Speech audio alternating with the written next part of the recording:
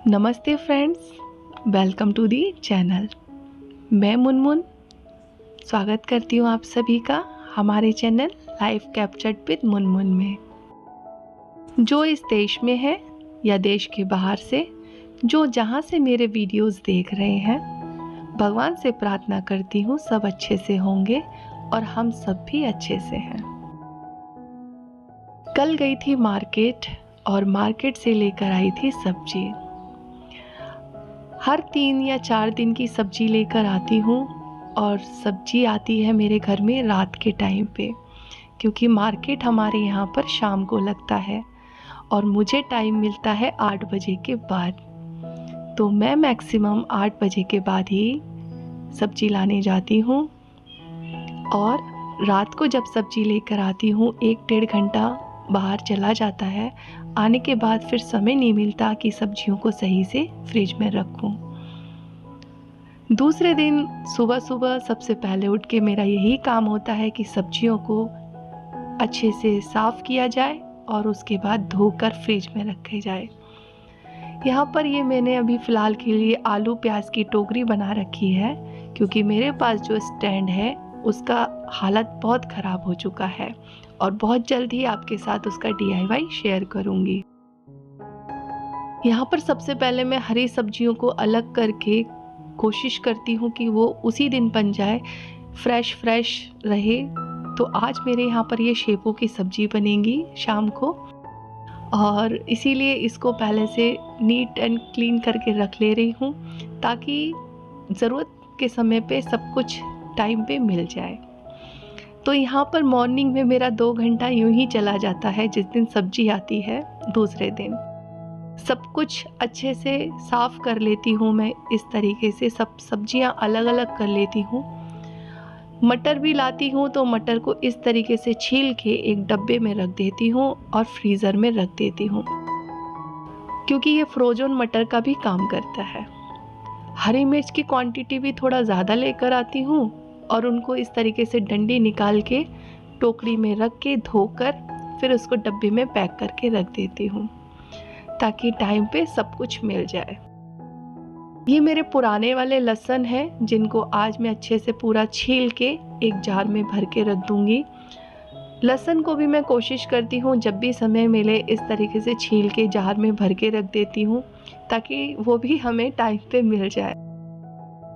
यहाँ पर जो धनिया पत्ते की मोटी डंडी होती है, जिस दिन धनिया पत्ता फ्रेश आता है तो मैं इस तरीके से हरे पत्तों को तो एक टिश्यू पेपर में करके एक डब्बे में पैक करके रख देती हूँ इस तरीके से, और जो डंडियाँ होती हैं उनकी मैं चटनी बना लेती हूँ।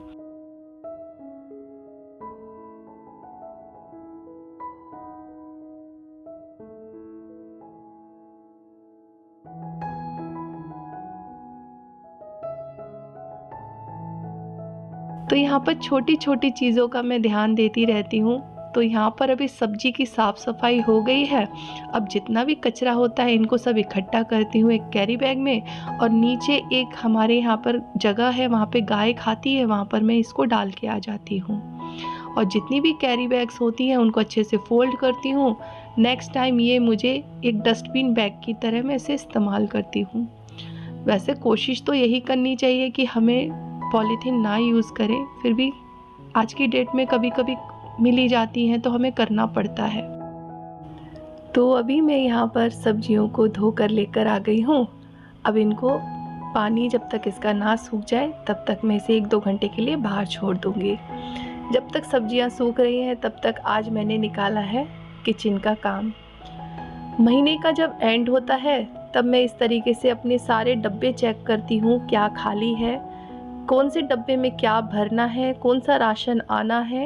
ये सारी चीज़ें मैं आज कंप्लीट कर देती हूँ महीने के एंड में। तो आज मेरा सारा साफ सफाई चालू है किचन में। किचन में जितना भी काम करो उतना कम होता है।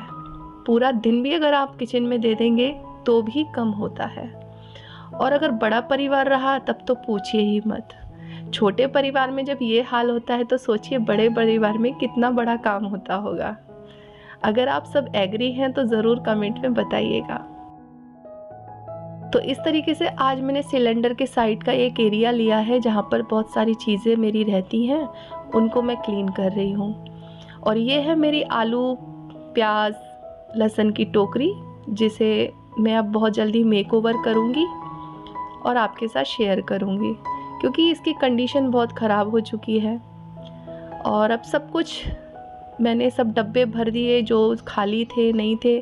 अब है मेरा झाड़ू पोछे का टाइम।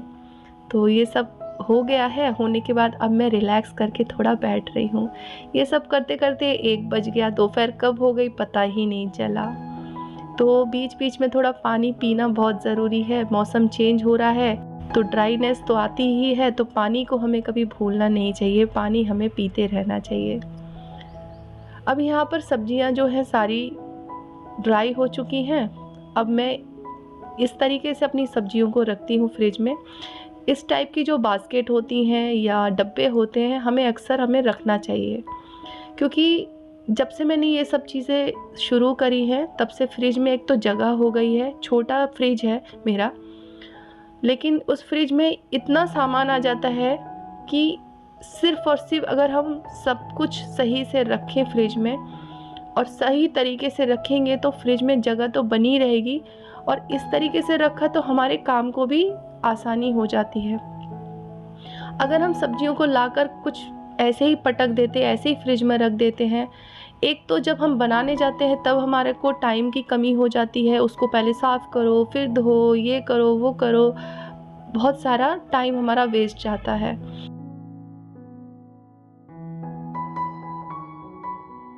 तो अब ये सब चीज़ होने के बाद मेरा ये जो पानी का टंकी था, इसका वीडियो मैंने मुनमुन्स क्रिएटिविटी में शेयर किया हुआ है, उसको एक बार ज़रूर देखिएगा। मैंने इसको जो कवर था वो स्वेटर से बनाया था, पर मैंने वो स्वेटर निकाल दिया।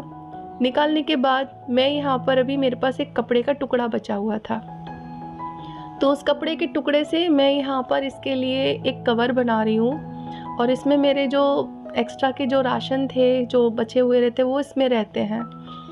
तो अभी मेरे पास प्लास्टिक की कुर्सी नहीं है, जैसा कि मैंने आपको जब टेबल का मेकओवर किया था तब आपको बताया था। तो जब तक कुर्सी नहीं है तो तब तक मेरे को यहाँ टेबल के पास एक बैठने का सिस्टम करना था। तो एक साइड में मैंने ये जो मेरी पानी की टंकी थी, एज़ यूज़ुअल सिलेंडर के बाजू में यूँ ही पड़ी रहती थी, जिसका कोई मतलब ही नहीं था। तो इसको मैंने बाहर निकाल लिया, और निकालने के बाद इस तरीके से मैंने इसका सिटिंग एरिया बना दिया। और बनाने के बाद ये मेरा एक बहुत ही अच्छा सा स्टूल बन गया है। तो इस तरफ मैंने पानी की टंकी का स्टूल बना के रख दिया, और दूसरी तरफ एक ऑलरेडी मेरे पास प्लास्टिक की स्टूल है। तो 2 मेरे पास यहाँ बैठने का सिस्टम हो गया है, तो मुझे बड़ी खुशी हुई। तो ऐसे छोटे मोटे DIY करते रहना चाहिए लाइफ में, ताकि हमारा घर तो सुंदर दिखता ही है, हमारा टाइम पास भी हो जाता है और हमें लगेगा भी नहीं कि हम कभी खाली बैठे हैं।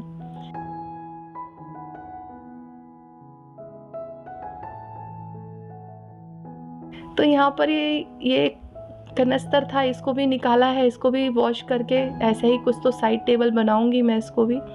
तो चलिए, ये था एक छोटा सा ब्लॉग। उम्मीद करती हूँ आपको पसंद आया होगा।